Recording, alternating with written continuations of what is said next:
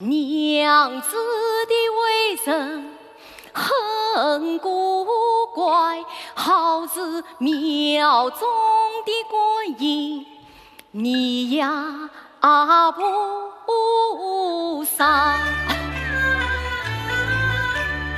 任凭我千言万语去劝慰，他对我曾说过3句话：事情谁笑谁生气，与我知惆怅不能讲。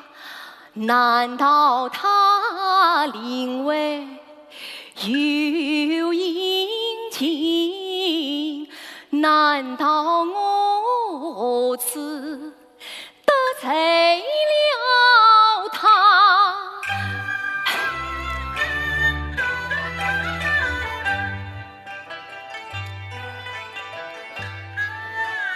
今日是中秋逢佳节，请娘子园中同来赏月望，啥能给家的娘子心中愁，就是万重千难，我也愿谁想。